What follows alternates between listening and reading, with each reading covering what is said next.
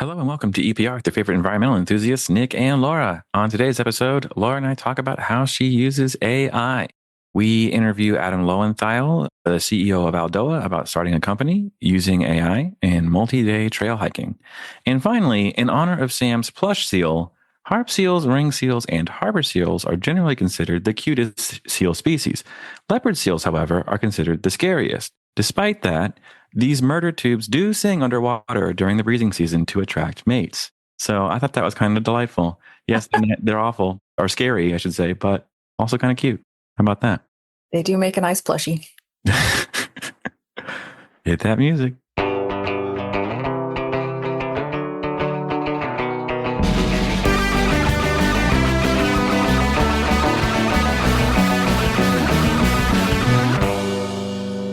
NAEP's 2025 Annual Conference and Training Symposium will occur on April 28th to May 1st in Charleston, South Carolina. Enthusiastic environmental professionals from across the country gather to share the opportunity to learn about new projects, share technical knowledge, network with other industry professionals, and engage with leaders in environmental technologies and practice.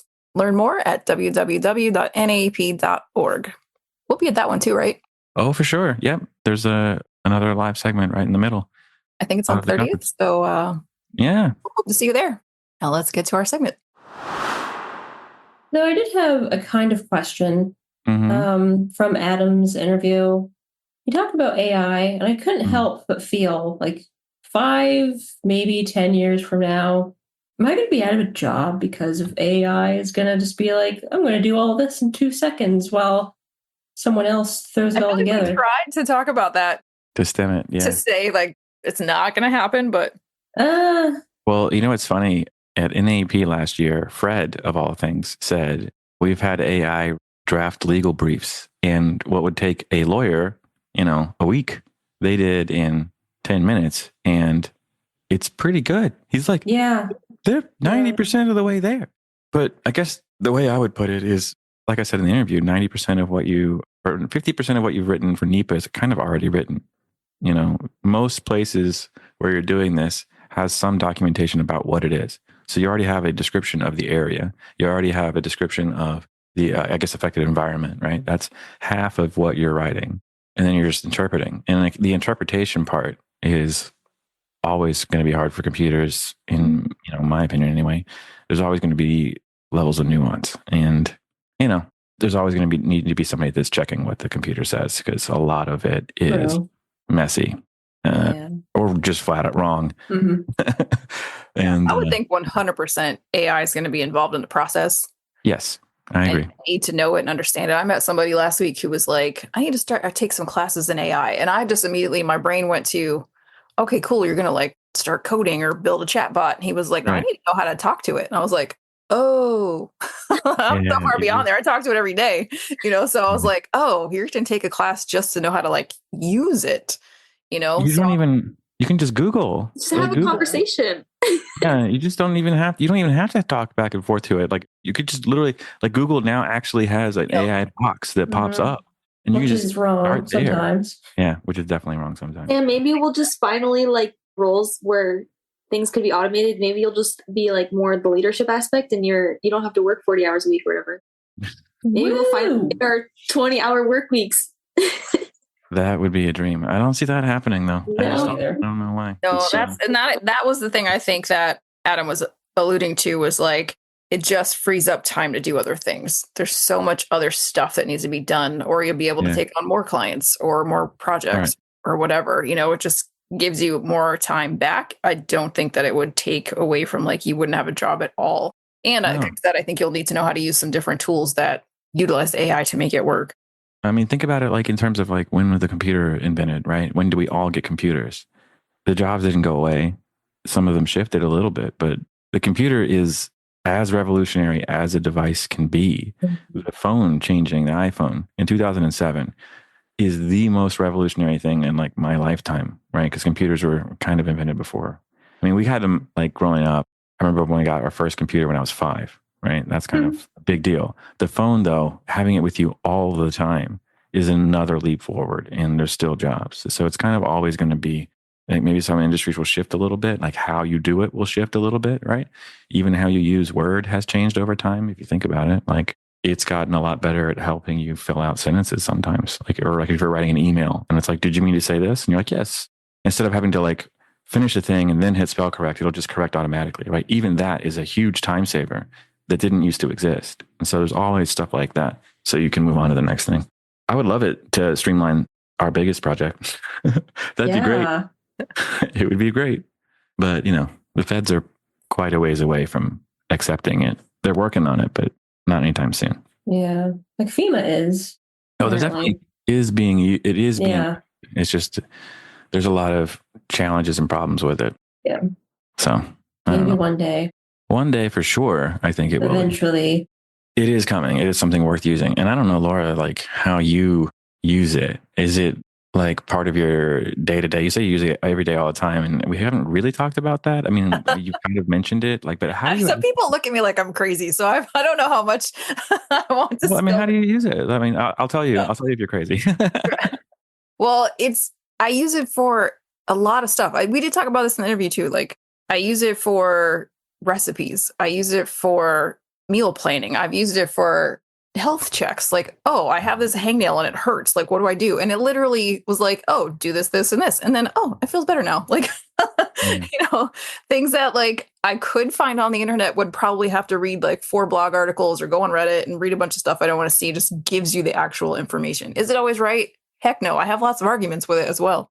But I talk to it about, I feel like crap today. I work through, I think probably one of the things that's the most useful for me is using it to talk through anything that's in my way. Like I'm having a trouble with a client. What do I say? How do I approach this? I've gotten emails from people. I'm like, does this sound condescending? I think this sounds condescending. And it will like tell me what it thinks, and sometimes validate like, yeah, you're right. Okay, cool. How do I reply to this without sounding like, I want to murder you? Yeah. Per my previous email. Yeah. And it's not always in the tone that I would say it. And it doesn't know my relationship with that person. So it doesn't always tell me the right thing. So I have to use my brain and say, no, I got to change this or whatever. But it has been very helpful to me in just, I always say getting from point A to B faster in any circumstance. And someone asked me to meet them somewhere one time. They didn't give me like a location. They were like, oh, meet me at this corner. And I was like, what's at that corner? So I just asked ChatGPT literally like, hey, if I go to this corner, where can I hang out and wait? And it gave me the name of a coffee shop. I didn't have to go on Google Maps and search and look at reviews. It was like, here, go here. It's good. Has good reviews. You should be able to hang out here. Oh, wow. That's cool. Yeah. So I think a lot of people are afraid of it and don't want to like start. One of my friends is like, oh, it's evil, like it's an evil thing, And I'm like, well, I guess it could be, but so could a lot of other things that are out there. Oh, I'm using it for things that help me. This kind of reminds me of like, speaking of Google Maps, I know you and I remember MapQuest, right? I was going to say that, where you had to print off directions and then follow it to the T. And when you made a mistake, you had to circle back to where you were previously to see if you could figure out where you missed it. Oh, yeah. And triptychs. My friend and I used to love going to AAA and getting a triptych. It was like a booklet that had the road and then it on a long page and the road went down the middle and then it would go to the next page and go down the middle. So you just followed like the road. Yeah. Page upon page. And it was so fun to go get. Yeah. And it was like, my parents would have like maps and everything like that. And like for the longest time, I mean, like decade plus afterwards, parents are still using the maps, still saying you need to have a map. You have to have a map. You have to know where you're going. Or when you ask them like, where are we going to meet up? They'll give you directions. They'll just give them to you verbally. And I'm like, I have lost you at step 2. So there's no way I can follow this. Just give me the address. And they won't want to do that. It's like, no, I got to tell you how to get there. That's what the phone is for, So I'm worried. I always worry. I don't want to be that person because that's what AI feels like to me. It's like something I never needed before. I can be just fine without it, but I should learn it and I should use it more. I've used it some, not nearly as much as you, but I know I need to get more with it. Yeah. I think mine knows too much about me. Some of the conversations make me laugh now just because it's like, okay, well, my chat GPT. Yeah. Based on your previous. Starting to understand me a little bit. And for people that are worried about that, remember it's like that you have a phone, then the internet knows you. So exactly. It's all already out there. So I don't really worry about that too much either. I wouldn't give it anything that could be used against me? Like, what is there to give it that, like, it's going to turn around and blackmail me or something? Oh, you be careful. You never know where it's going, this AI thing. So. But everything I've ever, my phone is probably listening to this conversation right now. So like, yeah. Mine's right next to me. Yeah. Cool. Yeah. All right. Well, let's get to our segment then. Our interview. Dang it. Yeah, that. You tried. I did. I was so close. Hello and welcome back to EPR. Today we have Adam Loewentheil with us. Adam is the CEO and founder of Aldoa. Adam, thanks for joining us. Thank you very much for having me. I'm happy to be here. So you have a long and varied history in the industry and in other industries. Can you talk a little bit about where your family comes from, where you come from, and how you even made it into the environmental industry? Yeah, sure. I'll give you the brief intro, but I grew up in the suburbs of New York, so about an hour north of New York City, and went to school in Providence, Rhode Island, undergrad. And like you said, started my career somewhere totally different. I was working as a financial analyst in New York. I moved to the Big Apple after graduating and was working at a hedge fund and was there for about 3 or 4 years and decided I did not want stocks to be my life. I did not find fulfillment there. And just decided to leave without a job lined up, actually, just sort of a little dismayed by my work there, wanted to find something with a little bit more purpose and started to do a little bit of work with my family. I come from 3 generations of builders before me. So 3 generations. My great grandfather was building materials company. My grandfather followed in his footsteps. And my dad is sort of working in the construction and real estate development world in the tri-state area on the East Coast. So that was sort of my first foray into, more broadly the built world. And also what led me into the world of environmental, of just, I got staffed on a few sticky situation projects that, required some pretty significant remediation in Brooklyn and in Manhattan. And what started off as, phase 1 environmental site assessments very quickly led down the rabbit hole of everything remediation and brownfields redevelopment, and walked away with sort of this thesis that this industry was underserved and neglected. I always use that word neglected. And I find that people I talk to don't take offense to it and they actually agree that it's neglected. But yeah, that's a very quick overview of who I am and how I ended up in this world in the first place. Very cool. So just kind of starting when you decided to quit, right? How terrifying was that? Were you like, this has to happen, I need to do it? And then you did it and you're like, oh gosh, what's the plan? Or like, how did you kind of handle that transition from a very different career to the one you're in now? I think that if you've ever been in a job that, and I won't say I hated it, I did not feel passionate about my work. It didn't drive me. It's not like I woke up one day and I was like, oh, I'm quitting. It's sort of a slower burn where obviously I was doing my work, showing up, but it's just this fact that I wasn't adding anything to the world, in my opinion, or making a real impact was a bit of a drain, probably over a 2 or 3 year period, honestly. So yes, it was difficult. Obviously, financially, you are leaving a job that pays you a salary to go and not get paid and find something else, which is obviously always just a step into the unknown. But I do not have any regrets on that side of things. And I've always had this sort of itch to build something and be the cliche, the steward of my own destiny in some sense, work for myself and sort of motivate myself. And I find that that's one of the best ways to, again, just have some sort of passion behind you and not being told what to do and not find purpose in it, but actually do something because you want to do it. So it was difficult, but looking backwards, I am very happy I took the plunge. Yeah. So was that experience with the brownfields, was that you on your own working on something, or did the idea for the company come a little bit later than that? I would say there were 2 different endeavors that led to the idea of Aldoa.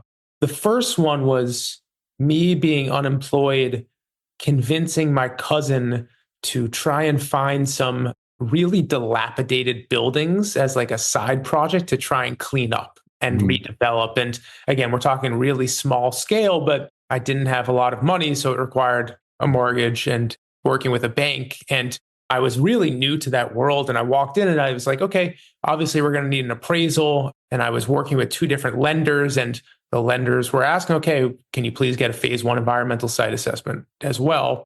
And that was really the first time I've even heard of anything environmental services focused beyond sort of emissions and what people think of from like a carbon perspective.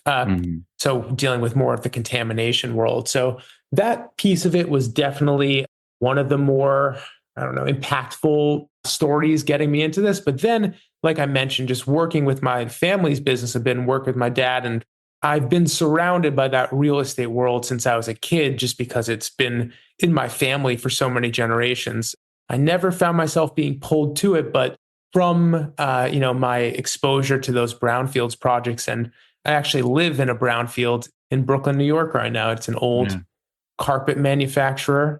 It was really heavily contaminated and cleaned up, and speaking to the consultants and engineers there was just, again, sort of like mind-boggling of, hey, there's all these software companies that are building for these verticals across the board, right? You have software for barbershops, you have software for laundromats, you have software for construction companies, restaurants. No one is doing this for environmental firms. No one is doing this for engineers and consultants. That seems a bit silly, given that the job is literally to protect the health of like those who inhabit our planet. That seems pretty important. So yeah, just sort of came away with some shock, and that got the wheels turning. Yeah. Before we dive into what is Aldoa and all of that, can we take a step back for those people who are listening who may not know what brownfield even is? Yeah. So I'll give you the Aldoa and then the brownfield side of things. So Aldoa is the company that I started with my co-founder, Jake, as well, who's the CTO. He's the technical guy here. I'm sort of the business guy, or just coming with the idea.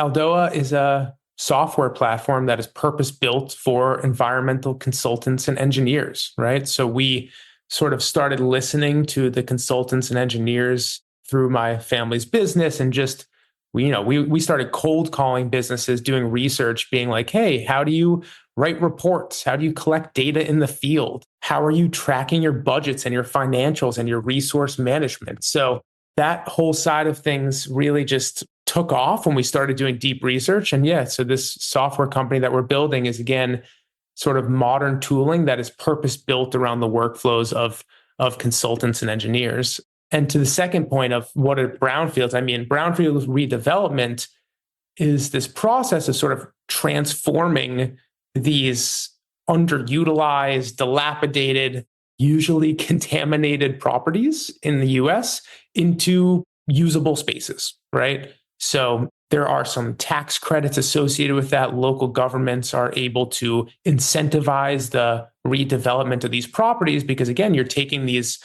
contaminated lands, contaminated properties that people have no intention of using, and actually making it productive again. So really important work. And again, I don't think enough people know about this. Even in the real estate world, I've had conversations with developers who are like, oh, like these can be actually profitable because we're getting, funded partially by the government and productive to society. Like that seems like a win-win. So it's definitely a good program that the state runs and the government.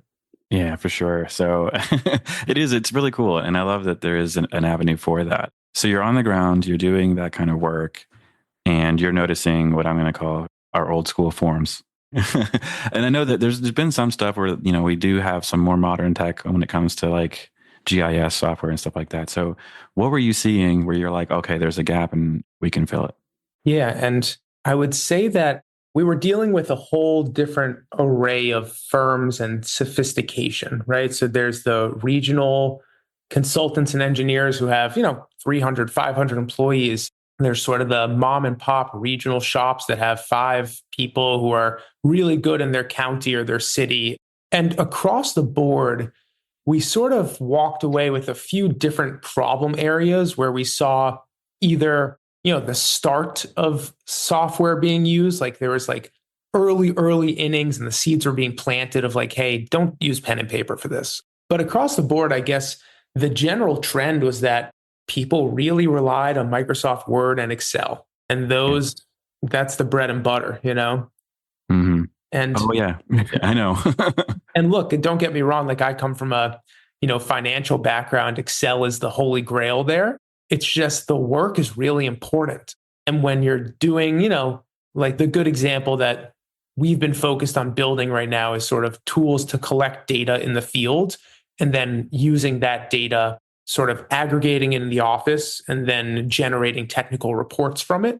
But if you have someone using a field notebook and you're sort of writing down notes, there's a bunch of problems with that.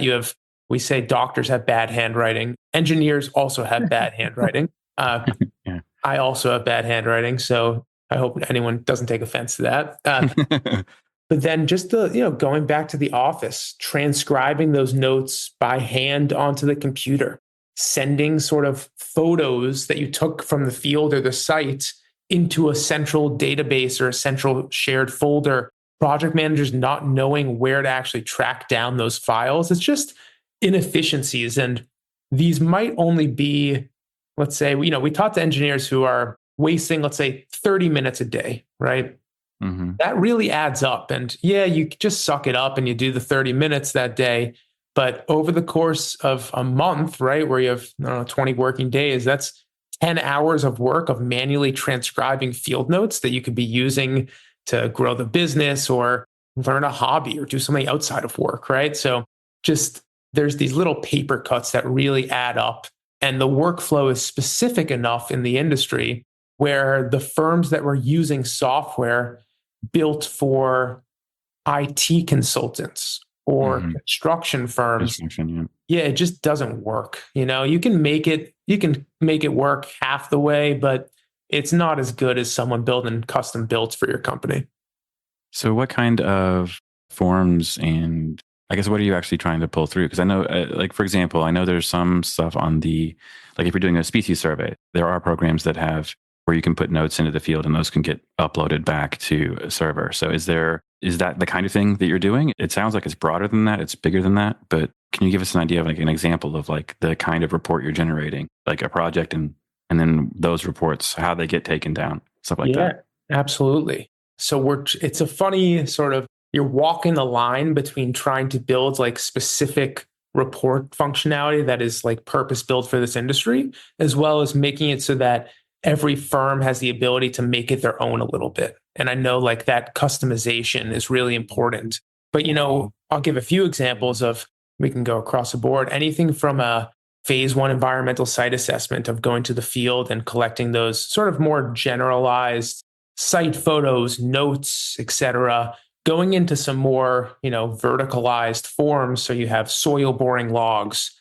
We do some work with some geotechnical engineers who do a lot of compaction testing or asphalt density reports, right? Or sort of the cylinder reports and concrete cylinders. So there are a lot of these different forms that, again, I just don't think have gotten attention because software companies would rather be building things to help with services that are a little bit more, how do I say, ubiquitous, bigger market for them to go after. But this stuff is important. And if you look at, I'm sure your listeners are environmental companies, geotechnical companies. There's a lot of them out there. It's not It's a small market.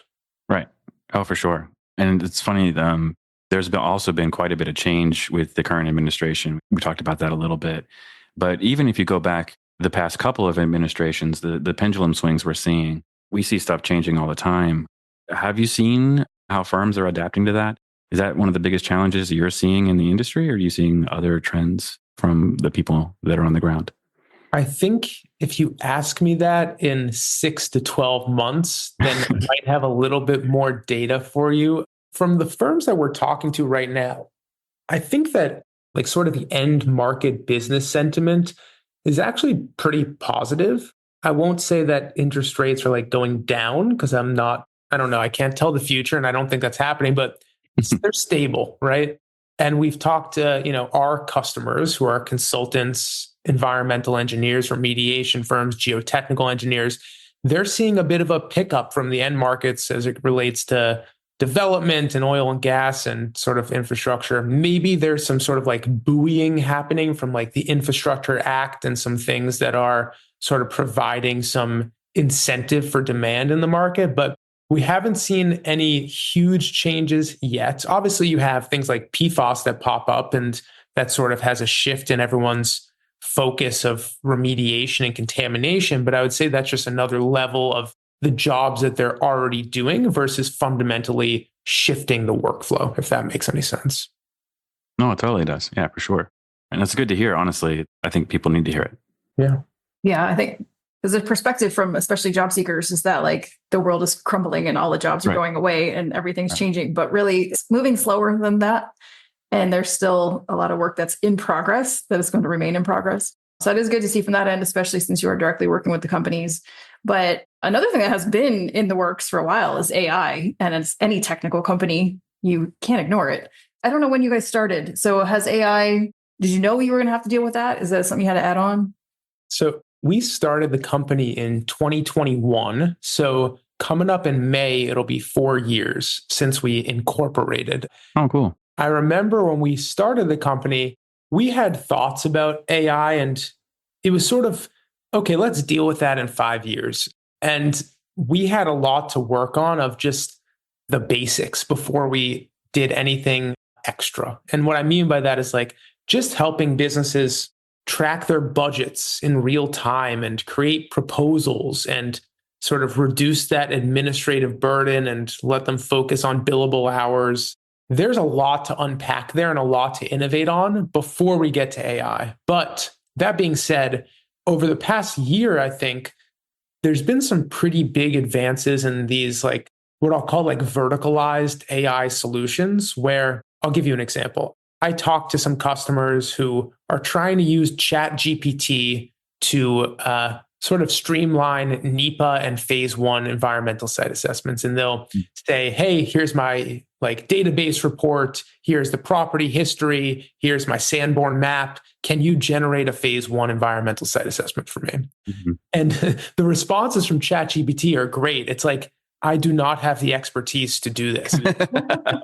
And that's cool. I mean, that's why I guess people want to get into this industry in the first place is because you have a degree and it's actually impactful. But these generalized AI tools that you and I are aware of from going on Google and playing around with stuff, they don't have enough data to sort of scrape on the web because the work that a consultant and engineer does is just a little too specific and verticalized. So we're really excited about AI because as we start helping these companies collect data in the field and we can see, what reports they're making out of that data, we can really train powerful models to take, soil boring measurements and create that final soil boring log deliverable or that remediation document for their client.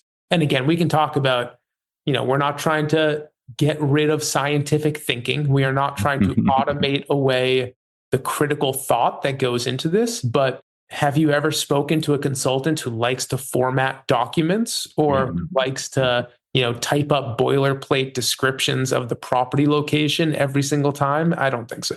Yeah, exactly. Yeah, well, your chatbot is different than mine because doesn't matter what I ask it, it has an answer. Even if it's wrong. It will just fake it. I know everything. Yeah.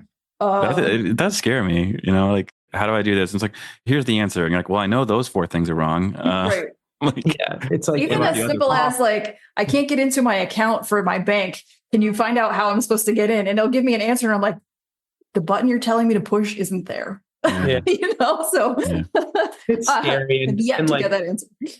It's scary. And also as everyone's aware, and for at least environmental professionals, like you have liability doing this. You are signing your name on these documents and you're the certified environmental professional. You don't want to trust ChatGPT for that. And I, like you were saying, Laura, like I've Googled, I'm not a very good cook. So I've been using ChatGPT to help with recipes. And it tells me to put bad things in the microwave. And if I followed it, I would be destroying my apartment. So but we are starting to see advances in that. And again, I think that training these more verticalized models, like you're seeing startups across the space build really, really smart AI models for very specific use cases. And we are excited to be one of the, more specific use cases for this environmental world. But we'll see how that goes and develops. Yeah. I mean, that's the thing. ChatGPT doesn't have the knowledge, but you can create a version that has the knowledge and then build in processes for people to fill in the gaps and do the reviews and make sure that they have ensured that what they're submitting is accurate and complete. So there's definitely, it almost feels like a space race for NEPA and AI programs to be built. Do you feel pressure from your clients to have something like that? I wouldn't say we feel pressure, but there's certainly an opportunity. And, you touched on this earlier in the call of when we were talking about sort of a demand. You're like, well, I'm glad job seekers still have, they shouldn't be scared. We're actually hearing from our customers that there's a bit of a supply crunch. Like they want to hire more skilled labor and they just can't find people to do it. Yeah. And that's so funny you said that, because as a career coach, I see both sides of that. And like talking to Nick and talking to my consultant friends, they're like, I can't find good people. And then I have a whole army of people who are like, I can't find a job. And you're like, wow, this is crazy. You talk about a gap. Someone needs to build something that bridges this, because there's something happening here that is the jobs and the good people are not coming together. Yeah. But okay, so that's a good business idea for us of having a bank of resumes of consultants and engineers. But like, if you look at, and again, this was sort of one of my theses originally from looking at the industry too, is, okay, so if there are supply constraints, right? Like if companies are struggling to hire, and we have some customers who have said we would double the team overnight if we could in some regions, just because they have customers and clients who want work. If that is the case and you can't hire someone, then AI becomes a really, really interesting prospect for these business owners who are hearing their friends and colleagues in other industries start to get access to it, because effectively you can add some efficiency, right, to the whole team. So every field tech is now your best field tech. Every report writer is now your best report writer. So we're not talking about sort of taking away a job, but it's just making people more efficient. And I think there's some fear around AI of like, reducing the workforce. We don't see that being a problem. It's just making sort of, again, every field tech your best field tech. Yeah. And I guess it's from my perspective, it's one of those things where I would tell people like NEPA, like if 50% of it's already written, period. Like it's just already written. And that's why we talk about streamlining it. That's why we talk about how do we make this more efficient? It's been a conversation for NEPA for 30, 40 years, maybe longer than that, since it came out, is how do we streamline this? How do we make it as efficient as possible? And, one of the things I would say is like, if you're trying to write a document and you can spend more time thinking about the actual impact versus writing the affected environment, right? Like this is what's there. Like that impact is much more important to the overall project. And that requires a lot more critical thinking. And that's always going to be the case.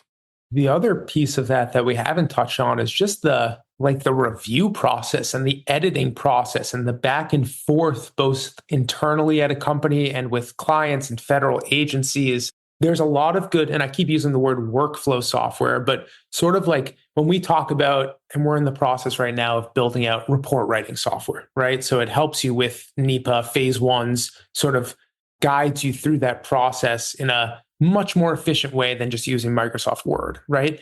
A big piece of that is the stuff it's not really associated with writing the report. Again, it's like knowing when to send this off to someone else to review and like identifying sections that have been finalized versus sections that are still underway. And that sort of really boring part of the job. Again, we're not talking about scientific thinking. Let's just get rid of that boilerplate administrative side and allow you to focus on what's important, which is actually, protecting our environment, protecting the inhabitants of our planet. Yeah.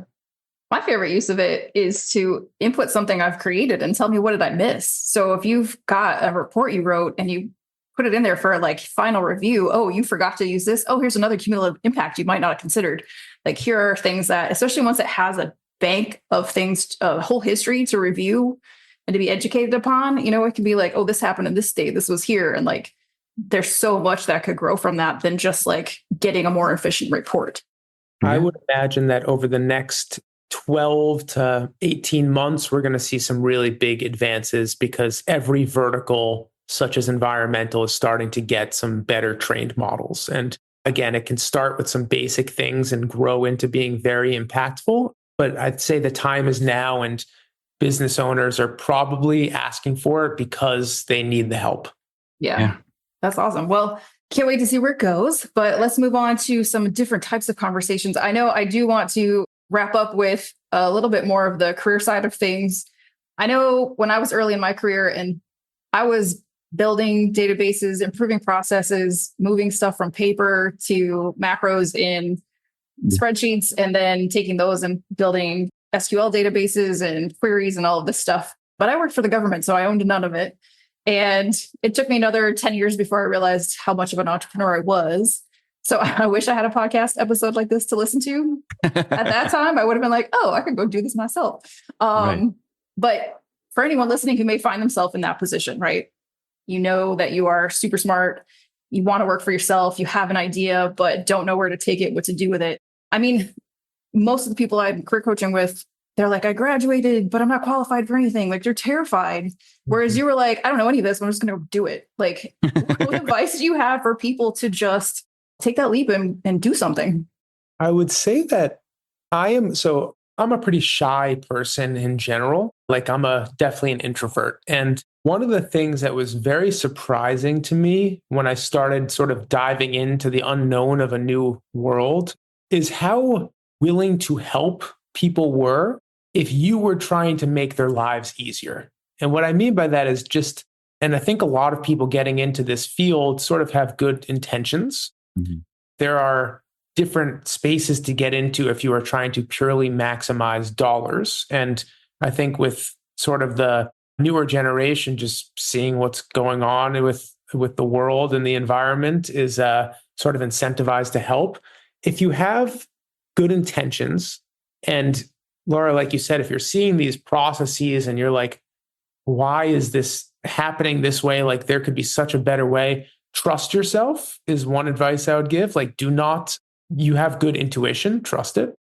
And if you start to talk to people about why are you doing it this way? Like, would this be helpful? Is this something that could change your life?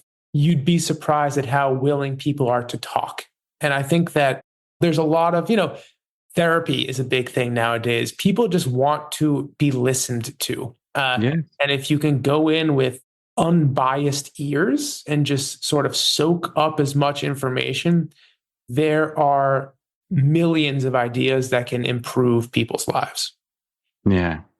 And you notice he said introvert and then also started a company. We've talked a little bit about that because I think that sometimes people are like, oh, well, I can't do that because I'm shy or I'm quiet. But you also said you listen.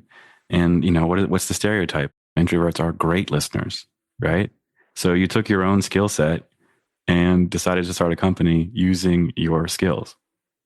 And yeah, I would say that just on that piece, surround yourself with people who complement your skill set. I always joke with my friends from college because I'm, 10 years out now, and my social circle has shrunk by a lot. But the sort of people who I've kept are just really high quality individuals who I enjoy being with and spending my time with. And the same can be said professionally, right? So we've built out a team of engineers, and everyone on our team just really complements one another. We have extroverts. We have people who are really deep in thought for hours before asking a question, and people who blurt out their thoughts any given second. And that sort of just mix mash of everything really creates productive work environments. So don't be scared to be an introvert, but it might be helpful for you to work with an extrovert, right? And complement each other and just be honest about where each other is sort of lacking and where you can help out. Yeah, I think complementary skill sets are really cool. It's a really neat thing. And I like you say being honest, right? It's because I think the older you get to, the more honest you can be with yourself, right? Because when you're really young, you're kind of going, well, this is what I think I like. Instead of like when you get older, you're like, that's what I do like. And there's a very big difference between those two things. But that doesn't mean you can't start something when you're young, or even that you're not young now. Because I would say, still pretty young. That's great to start a company so soon out of college, I would say. That's pretty cool. It's been a very challenging and rewarding experience. We have over 100 customers right now. So to be able to help more than 100 consulting engineering firms like do their jobs more efficiently, more accurately, it's not just the business side of things. It's having a customer call you and be like, wow. And it can be pretty mundane things, but thank you so much for building this invoicing module, because my end of month invoicing is so much easier now. Something as simple as that. It's like, okay, we helped someone make their life a little bit better. And that is a really powerful thing to hear. Yeah. On the flip side, and I'd say my word of advice to aspiring entrepreneurs in this space and other space is you do have to embrace the uncertainty. And there were periods of this journey where I did a really bad job at that. And it can eat you alive a little bit and sort of make you question your decisions. And you just have to have this North Star of doing something that you are passionate about that you think is helping people. And I think that that's really, really important. Yeah, that's fantastic. I love that. It's really good advice. It kind of dovetails into like one of the other fun things we love to do on the show, like the things that we enjoy, asking our guests about their experiences in the field. Mm-hmm. It's a segment we call Field Notes. And it's like we ask our listeners to share stories about their own with like a hashtag Field Notes on socials. But I know you have a couple of stories, but let's start with Wind River Range, which is hard for me to say, in Wyoming, 30-day backpacking trip. What was that like? Why did you decide to do it, first of all? Yeah, that was probably, looking back, the best month of my life, still to this day. And so it was probably 12 years ago. I was 19 after my freshman year of college. I think I just wanted to like get away a little bit. And I joined a program called NOLS, which is the National Outdoor Leadership School, which if anyone is listening, I highly recommend checking out. And it's basically a program that takes you into the wilderness. So I flew out to Wyoming. The headquarters of NOLS was in Lander, Wyoming, and went into the Wind River mountain range, which is just this beautiful mountain range, for a 30-day backpacking trip. And, this was really my first foray into, I guess, what I would call like parts of the world that were untouched by humans, right? And it is really, really impactful just being out there alone with your thoughts, alone with other people, no iPhones, no music, no distractions. You'd be very surprised where your mind can go, but also just like sort of physically challenging of being able to, you're hiking 10 miles a day, you have a 70-pound backpack on. So you're sort of carrying all your food and tent, and, you have bear mace, which is, like pepper spray for bears. But I do remember sort of that really igniting my appreciation for the world. And I think, what we do today is a little bit less sort of nature oriented as it is like industrial and construction, and we're dealing with contamination, and we do some work with civil engineers and et cetera. But sort of preserving the world for what it is just a special thing. And that really got my mind moving. And I know there's been some scary legislation recently when it comes to national parks and things, and I'm keeping my eyes on that because that is something that keeps me up at night. I know how important that is, and I would never want to take away the opportunity for a future generation to go out into the mountains, into the forest, and just sort of see the world for what it is without all the, excuse my French, but all the BS that we've built up on top of it over the past 200 years. Yeah. Oh, gosh. It's funny, though. So in a way, I feel like backpacking is kind of like an extended marathon, where no matter how long you do it, there's a point where you're like, why am I still doing this? I mean, there has to be. Was it like day 10? You're like, no way. Or is it day like 25? You're like, okay, I know I'm almost done, but I need to get out. Was there ever like an itch to be like, I got to go back? So day 5, I remember the start of the trip was like, you're going into the mountains, so it's some altitude gain. And day 5, I got a little queasy, a little sick. And I was like, why did I sign up for this? Like, I could be at home playing video games right now. Right. I could be cliche and draw some parallels to entrepreneurship right now of, questioning yourself and the jumping into the unknown. But yeah, you definitely get some of that. I think as I was more and more, so day 5 was some questioning, but day like 25, I was like, I don't really want to go back. Yeah. Like you sort of walk away. And again, this is maybe a little existential of me, but you do have this appreciation of everything that you were born into in the world and society and technology is fairly new in the grand scheme of things. And being able to just see mountains and trees and things that have been around for hundreds of years is definitely humbling in that regard. So would highly recommend everyone, you don't have to go to Wyoming, but get out there in some way. And it doesn't have to be 30 days. Do 2 days out, get a tent, learn some best practices, leave no trace. Very important philosophy to live by, but definitely get out there. That's so fun. So I grew up on the Appalachian Trail. So it was always pretty important to me in general. But sometimes you see things that like stick with you. And I remember being in Utah, just looking at like these old rock formations, and you could just see layer on top of layer. And you could even see places where like the earth had shifted, and instead of being vertical or horizontal, it's now vertical or slanted. And you're like, oh, wow, you can actually see where the earth moved, and like the layering of it is so cool. And it's just like, you don't see that on a day-to-day basis. It's hard to get out and do that. So, but 1,000% worth it. Totally agree. Yeah. And in Wind River, where I was backpacking in Wyoming, there's a glacier, and just thinking about, again, like how that glacier carved the geology that you are standing in right now, and the topography is like really a existential thought. So yeah, just being able to see things that you wouldn't necessarily see in day-to-day life. People live in cities, people live in towns. That is not how the world looks usually. But again, it's what the world is that we're dealing with today. And that's why it's honestly just bringing a bit of my like sort of appreciation for the environment into what I'm doing today. Has been maybe I'd say like 12 years ago, that trip sort of predefined where I was going in my life before I even knew it. Right. So did you do that trip and then go back to finance? Is that like, were you in college, or were you working? I was in college for that. So it was my freshman year of college. I was still young, and then went right back to school. And then I guess, lost a little bit of that appreciation. And now I'm finding my way back now. That's very cool. That's really neat. That's a really great story. I don't know, Laura, do you have any other career thought questions for Adam?